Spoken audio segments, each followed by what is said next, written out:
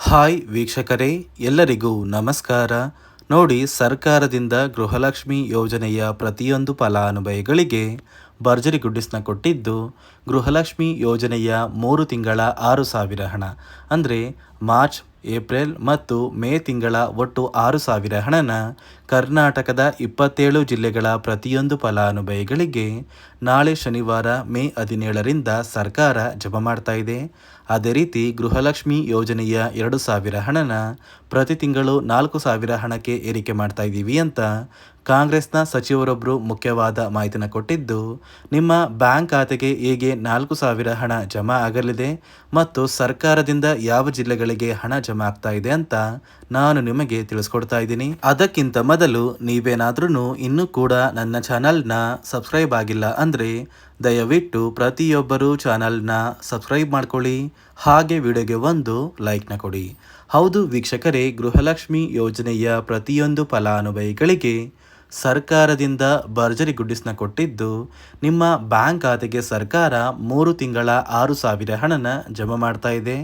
ಅಂದರೆ ಮಾರ್ಚ್ ತಿಂಗಳ ಹಣ, ಏಪ್ರಿಲ್ ತಿಂಗಳ ಹಣ ಮತ್ತು ಮೇ ತಿಂಗಳ ಹಣ, ಈ 3 ತಿಂಗಳ 6,000 ಹಣನ ಕರ್ನಾಟಕದ 27 ಜಿಲ್ಲೆಗಳ ಪ್ರತಿಯೊಂದು ಫಲಾನುಭವಿಗಳಿಗೆ ಮೇ 17 ಶನಿವಾರದಿಂದ ಕರ್ನಾಟಕದ ಪ್ರತಿಯೊಂದು ಫಲಾನುಭವಿಗಳಿಗೆ ಸರ್ಕಾರ ಜಮಾ ಮಾಡ್ತಾ ಇದೆ.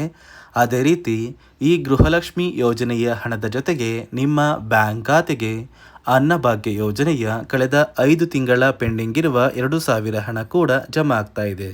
ಮತ್ತೆ ಸ್ನೇಹಿತರೆ, ಗೃಹಲಕ್ಷ್ಮಿ ಯೋಜನೆಯ ಪ್ರತಿಯೊಂದು ಫಲಾನುಭವಿಗಳಿಗೆ ಸರ್ಕಾರದಿಂದ ಕಾಂಗ್ರೆಸ್ನ ಸಚಿವರೊಬ್ಬರು ಒಂದು ಮುಖ್ಯವಾದ ಮಾಹಿತಿನ ಕೊಟ್ಟಿದ್ದು, ನಿಮ್ಮ ಬ್ಯಾಂಕ್ ಖಾತೆಗೆ ಇನ್ನು ಮುಂದೆ ಗೃಹಲಕ್ಷ್ಮಿ ಯೋಜನೆಯ 2,000 ಹಣ ಬದಲು ಪ್ರತಿ ತಿಂಗಳು ನಿಮ್ಮ ಬ್ಯಾಂಕ್ ಖಾತೆಗೆ 4,000 ಹಣನ ಜಮಾ ಮಾಡ್ತೀವಿ ಅಂತ ಸಚಿವರು ಒಂದು ಮುಖ್ಯವಾದ ಮಾಹಿತಿನ ಕೊಟ್ಟಿದ್ದು, ನೀವು ಕೇಳಬಹುದು ಸ್ನೇಹಿತರೆ, ನಮ್ಮ ಬ್ಯಾಂಕ್ ಖಾತೆಗೆ ಸರ್ಕಾರ ಹೇಗೆ 4,000 ಹಣನ ಜಮಾ ಮಾಡುತ್ತೆ ಅಂತ.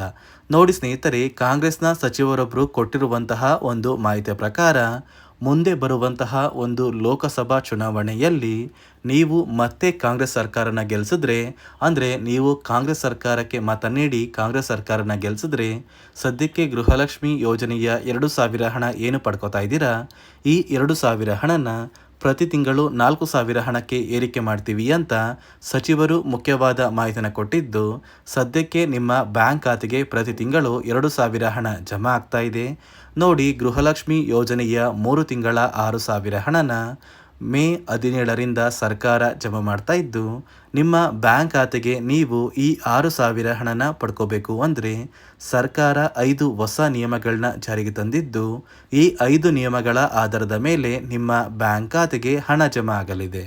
ಹಾಗಾದರೆ ಬನ್ನಿ ಸ್ನೇಹಿತರೆ, ಸರ್ಕಾರ ಜಾರಿಗೆ ತಂದಿರುವ ಆ 5 ನಿಯಮಗಳು ಏನು ಅಂತ ಕೂಡ ನಾನು ನಿಮಗೆ ತಿಳಿಸ್ಕೊಡ್ತಾ ಇದ್ದೀನಿ.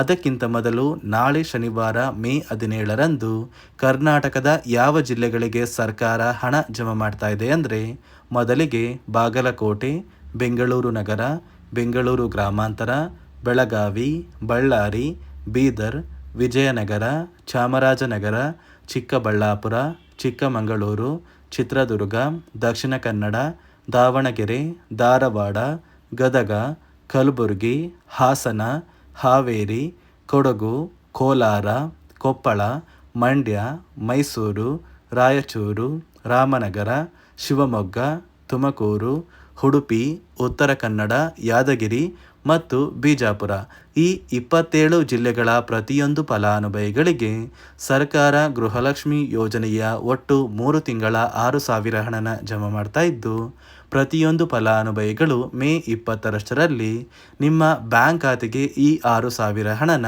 ಪಡ್ಕೋತೀರಾ. ನೋಡಿ ಸ್ನೇಹಿತರೆ, ಈ ಬಾರಿ ಸುಮಾರು 1 ಲಕ್ಷಕ್ಕಿಂತ ಅಧಿಕ ಫಲಾನುಭವಿಗಳ ಬ್ಯಾಂಕ್ ಖಾತೆಗೆ ಸರ್ಕಾರ ಗೃಹಲಕ್ಷ್ಮಿ ಯೋಜನೆಯ ಹಣನ ಜಮಾ ಮಾಡ್ತಾ ಇಲ್ಲ.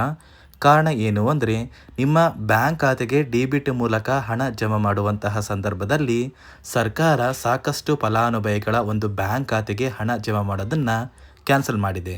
ಯಾಕಂದರೆ ಇತ್ತೀಚೆಗೆ ಹಣಕಾಸು ಇಲಾಖೆ ಜಾರಿಗೆ ತಂದಿರುವ 5 ನಿಯಮಗಳ ಆಧಾರದ ಮೇಲೆ ಪ್ರತಿಯೊಂದು ಫಲಾನುಭವಿಗಳಿಗೆ ಸರ್ಕಾರ ಈ ಒಂದು ಹಣನ ಜಮಾ ಮಾಡ್ತಾ ಇದ್ದು, ಯಾರೆಲ್ಲ ಫಲಾನುಭವಿಗಳು ಈ ನಿಯಮಗಳನ್ನ ಪಾಲಿಸಿಲ್ಲ, ನಿಮ್ಮ ಬ್ಯಾಂಕ್ ಖಾತೆಗೂ ಕೂಡ ಹಣ ಜಮಾ ಆಗೋದಿಲ್ಲ.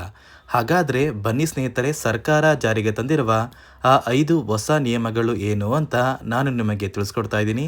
ನೋಡಿ ಸ್ನೇಹಿತರೆ, ಮೊದಲನೆಯ ಒಂದು ನಿಯಮ ಬಂದು ಸಾಕಷ್ಟು ಫಲಾನುಭವಿಗಳು ಹೊಂದಿರುವಂತಹ ಒಂದು ರೇಷನ್ ಕಾರ್ಡ್ ಏನಿದೆ, ಆ ಒಂದು ರೇಷನ್ ಕಾರ್ಡ್ನ ಮನೆಯ ಸದಸ್ಯರ ಪ್ರತಿಯೊಬ್ಬರ ಒಂದು ಆಧಾರ್ ಕಾರ್ಡ್ನ ನಿಮ್ಮ ರೇಷನ್ ಕಾರ್ಡ್ಗೆ ಕಡ್ಡಾಯವಾಗಿ ಲಿಂಕ್ ಮಾಡಿಸ್ಬೇಕು. ಅಂದರೆ ಈ ಒಂದು ಲಿಂಕ್ ಮಾಡಿಸುವಂತಹ ಒಂದು ಪ್ರೊಸೀಜರ್ಗೆ ಸರ್ಕಾರ KYC ಅಂತ ಕರೀತಾರೆ. ನಿಮ್ಮ ರೇಷನ್ ಕಾರ್ಡ್ಗೆ ಇನ್ನೂ ಸಹ KYC ಆಗಿಲ್ಲ ಅಂದರೆ ನಿಮ್ಮ ಬ್ಯಾಂಕ್ ಖಾತೆಗೆ ಸರ್ಕಾರ ಮುಂದಿನ ದಿನಗಳಲ್ಲಿ ಗೃಹಲಕ್ಷ್ಮಿ ಯೋಜನೆಯ ಹಣನ ಕ್ಯಾನ್ಸಲ್ ಮಾಡುತ್ತೆ.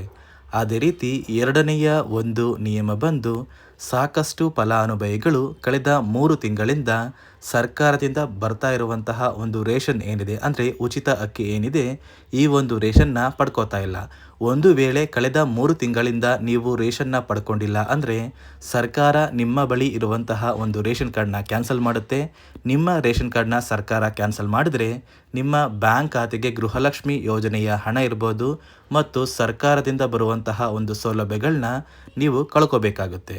ಅದೇ ರೀತಿ ಮೂರನೆಯ ಒಂದು ನಿಯಮ ಬಂದು ನೋಡಿ ಸ್ನೇಹಿತರೆ, ನಿಮ್ಮ ಬಳಿ ಇರುವಂತಹ ಒಂದು ಆಧಾರ್ ಕಾರ್ಡ್ ಏನಿದೆ, ಆ ಒಂದು ಆಧಾರ್ ಕಾರ್ಡ್ನ ಕಳೆದ 15 ವರ್ಷಗಳಲ್ಲಿ ನೀವು ಯಾವುದೇ ರೀತಿಯ ಒಂದು ತಿದ್ದುಪಡಿನ ಮಾಡಿಸಿಲ್ಲ ಅಂದರೆ ನಿಮ್ಮ ಬ್ಯಾಂಕ್ ಖಾತೆಗೆ ಸರ್ಕಾರ ಗೃಹಲಕ್ಷ್ಮಿ ಯೋಜನೆಯ ಹಣನ ಕ್ಯಾನ್ಸಲ್ ಮಾಡುತ್ತೆ. ಯಾಕಂದರೆ ಸರ್ಕಾರದಿಂದ ಬಂದಿರುವಂತಹ ಒಂದು ಆದೇಶದ ಪ್ರಕಾರ ಪ್ರತಿಯೊಂದು ಫಲಾನುಭವಿಗಳು ಕಳೆದ 15 ವರ್ಷಗಳಲ್ಲಿ ಯಾವುದೇ ರೀತಿಯ ಒಂದು ತಿದ್ದುಪಡಿನ ನಿಮ್ಮ ಆಧಾರ್ ಕಾರ್ಡ್ಗೆ ನೀವು ಮಾಡಿಸಿಲ್ಲ ಅಂದರೆ ಕಡ್ಡಾಯವಾಗಿ ಆದಷ್ಟು ಬೇಗ ನಿಮ್ಮ ಆಧಾರ್ ಕಾರ್ಡ್ಗೆ ತಿದ್ದುಪಡಿನ ಮಾಡಿಸಿ. ಅದೇ ರೀತಿ ನಾಲ್ಕನೆಯ ಒಂದು ನಿಯಮ ಬಂದು ನಿಮ್ಮ ಕುಟುಂಬದ ಒಂದು ವಾರ್ಷಿಕ ಆದಾಯ 7 ಲಕ್ಷಕ್ಕಿಂತ ಕಡಿಮೆ ಇರಬೇಕು. ಒಂದು ವೇಳೆ ನಿಮ್ಮ ಕುಟುಂಬದ ವಾರ್ಷಿಕ ಆದಾಯ 7 ಲಕ್ಷಕ್ಕಿಂತ ಜಾಸ್ತಿ ಇದ್ದರೆ ನಿಮ್ಮ ಬ್ಯಾಂಕ್ ಖಾತೆಗೆ ಸರ್ಕಾರ ಗೃಹಲಕ್ಷ್ಮಿ ಯೋಜನೆಯ ಹಣನ ಕ್ಯಾನ್ಸಲ್ ಮಾಡುತ್ತೆ. ಅದೇ ರೀತಿ ಐದನೆಯ ಒಂದು ನಿಯಮ ಬಂದು ನಿಮ್ಮ ಕುಟುಂಬದ ಸದಸ್ಯರು ಅಥವಾ ಗೃಹಲಕ್ಷ್ಮಿ ಯೋಜನೆಯ ಫಲಾನುಭವಿಗಳು ಯಾರು ಕೂಡ ಸರ್ಕಾರಿ ನೌಕರರಾಗಿ ಕಾರ್ಯನಿರ್ವಹಿಸ್ತಾ ಇರಬಾರ್ದು. ಒಂದು ವೇಳೆ ನಿಮ್ಮ ಕುಟುಂಬದಲ್ಲಿ ಯಾರೇ ಆಗಿದ್ರೂ ಸರ್ಕಾರಿ ನೌಕರರಾಗಿ ಕಾರ್ಯನಿರ್ವಹಿಸ್ತಾ ಇದ್ದರೆ ನಿಮ್ಮ ಬ್ಯಾಂಕ್ ಖಾತೆಗೆ ಗೃಹಲಕ್ಷ್ಮಿ ಯೋಜನೆಯ ಹಣ ಕ್ಯಾನ್ಸಲ್ ಆಗುತ್ತೆ. ಈ 5 ನಿಯಮಗಳ ಆಧಾರದ ಮೇಲೆ ಪ್ರತಿಯೊಂದು ಫಲಾನುಭವಿಗಳಿಗೆ ಸರ್ಕಾರ ಹಣ ಜಮಾ ಮಾಡ್ತಾ ಇದೆ. ಒಂದು ವೇಳೆ ನೀವು ಈ 5 ನಿಯಮಗಳನ್ನ ಪಾಲಿಸಿಲ್ಲ ಅಂದರೆ ನೀವು ಕೂಡ ಗೃಹಲಕ್ಷ್ಮಿ ಯೋಜನೆಯ ಹಣದಿಂದ ವಂಚಿತರಾಗಬೇಕಾಗುತ್ತೆ. ನೋಡಿ ಸ್ನೇಹಿತರೆ, ಇಲ್ಲಿಯವರೆಗೂ ನಿಮ್ಮ ಬ್ಯಾಂಕ್ ಖಾತೆಗೆ ಸರ್ಕಾರದಿಂದ ಗೃಹಲಕ್ಷ್ಮಿ ಯೋಜನೆಯ 18 ಕಂತಿನ ಹಣ ಬಂದಿದ್ರೆ ಈ 6,000 ಹಣನ ನೀವು ಪಡ್ಕೋತೀರಾ ಅಂತ ಹೇಳ್ತಾ, ಇದಿಷ್ಟು ಸರ್ಕಾರದಿಂದ ಬಂದಿರುವಂತಹ ಒಂದು ಮಾಹಿತಿಯಾಗಿದೆ. ನಾನು ಕೊಟ್ಟಿರುವಂತಹ ಮಾಹಿತಿ ನಿಮಗೆ ಇಷ್ಟ ಆಗಿದ್ದಲ್ಲಿ ದಯವಿಟ್ಟು ಪ್ರತಿಯೊಬ್ಬರು ನನ್ನ ಚಾನಲ್ನ ಸಬ್ಸ್ಕ್ರೈಬ್ ಮಾಡ್ಕೊಳ್ಳಿ. ಹಾಗೆ ವಿಡಿಯೋಗೆ ಒಂದು ಲೈಕ್ನ